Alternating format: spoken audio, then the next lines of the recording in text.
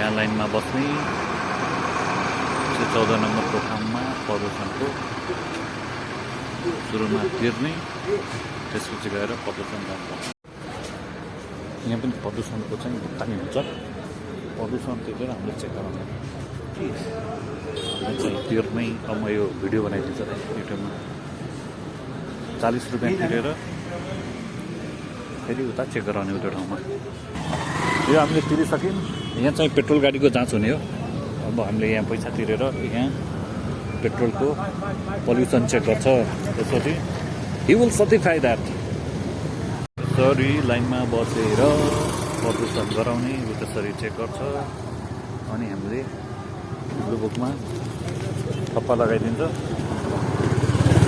त्यसपछि स्टिकर दिन्छ and will be done. त्यो पछाडि गाडी स्टिकर दे 10 रुपियाँको टिकट। 10 रुपियाँ र टिकट भन्नु त टिकट के किनेर ल्याउने हो दाइ? यहाँ अगाडि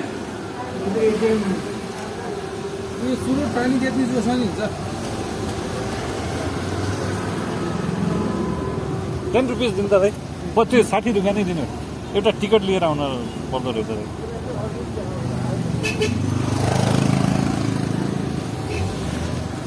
दस यता दिने कतिको टिकट हो दाइ?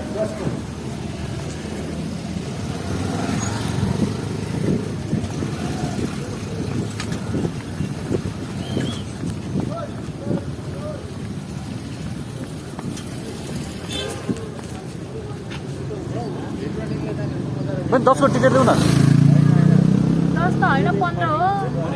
10 को लागि 15?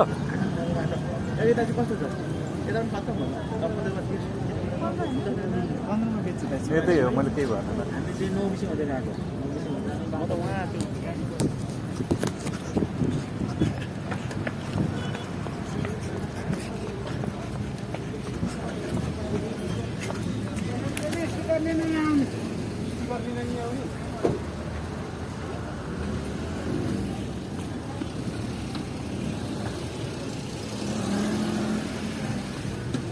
त्यसको ब्लू बुक लगिसक्यो दाइ?